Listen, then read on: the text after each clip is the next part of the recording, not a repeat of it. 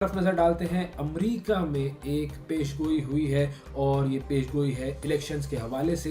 Trump जीतेंगे या Kamala Harris जीतेंगी, इस हवाले से अगला सदर कौन होगा, ये सवाल तो हर अमेरिकी के जहन में है और बहुत सारे जो बाकी ममालिक के लोग हैं उनके भी जहनों में ये सवाल है कि कौन जीतेगा ये इलेक्शन।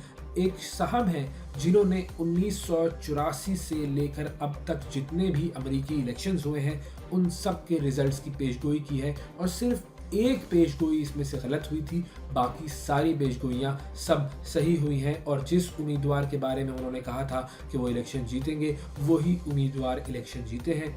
अब इन साहब ने पेशगोई कर दी है अमेरिकी इलेक्शंस के हवाले से। अमेरिका में 10 सितंबर को सदारती मुबाहिसा भी होना है हैरिस और ट्रंप के दरमियान। देखते हैं कि उसमें क्या होता है। लेकिन प्रोफेसर एलन लिचमैन है जो कि ये पेशगोइयाँ करते रहे हैं और अब उन्होंने बताया है कि 2024 में सदारत का ताज किसके सर पर सजेगा।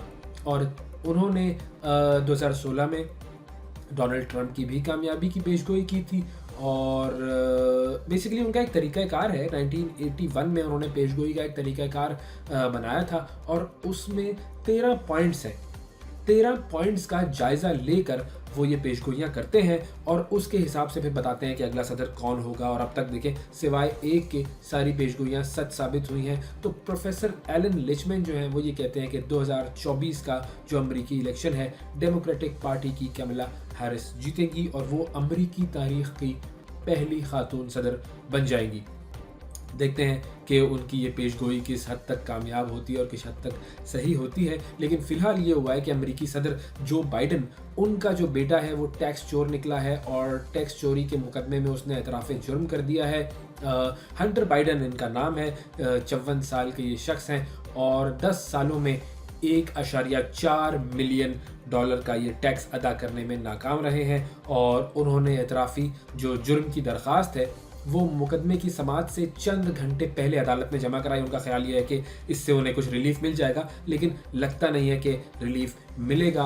और इम्कानात इसके जो नज़र आ रहे हैं वो ये है कि एतराफ़ जुर्म के बाद हंटर बाइडन को 17 साल कैद और $10 लाख से ज़ायद जुर्माने का सामना करना पड़ सकता है। देखें, ये है अमेरिकी सदर का बेटा और अमेरिकी सदर के बेटे ने एतराफ़ जुर्म किया है और उसे भी सज़ा मिलने की उम्मीद है। अब आप इसे अपने मुल्क से कंपेयर कर लें तो आपको अंदाज़ा हो जाएगा कि हम कहाँ खड़े हैं और अमेरिका कहाँ पर खड़ा हुआ है।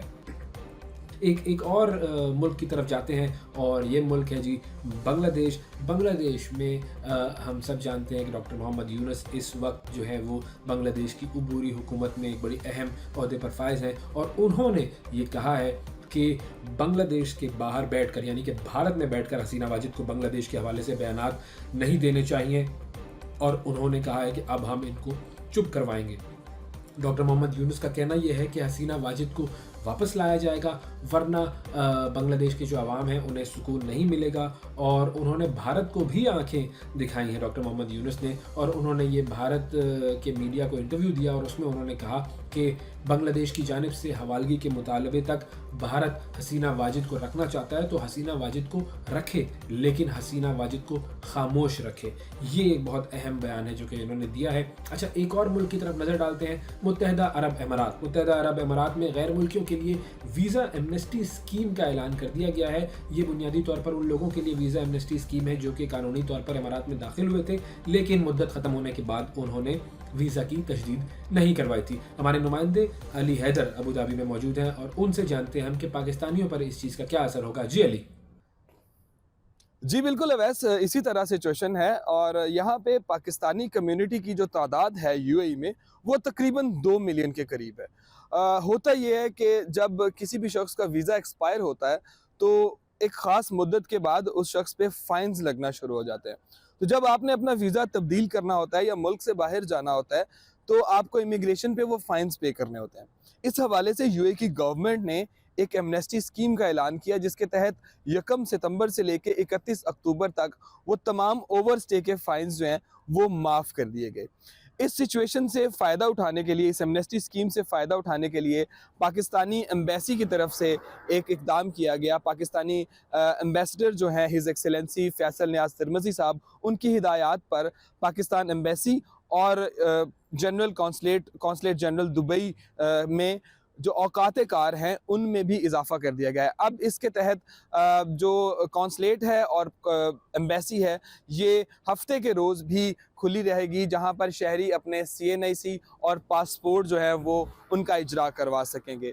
इस हवाले से एम्बेसी की तरफ से जो जारी एलामिया, उसमें ये भी कहा गया है कि पाकिस्तानी कम्युनिटी के जो अफराद इस एमनेस्टी स्कीम के लिए एलिजिबल हैं, वो जल्द से जल्द इस स्कीम का फ़ायदा उठाते हुए अपने स्टेटस को क्लियर करें।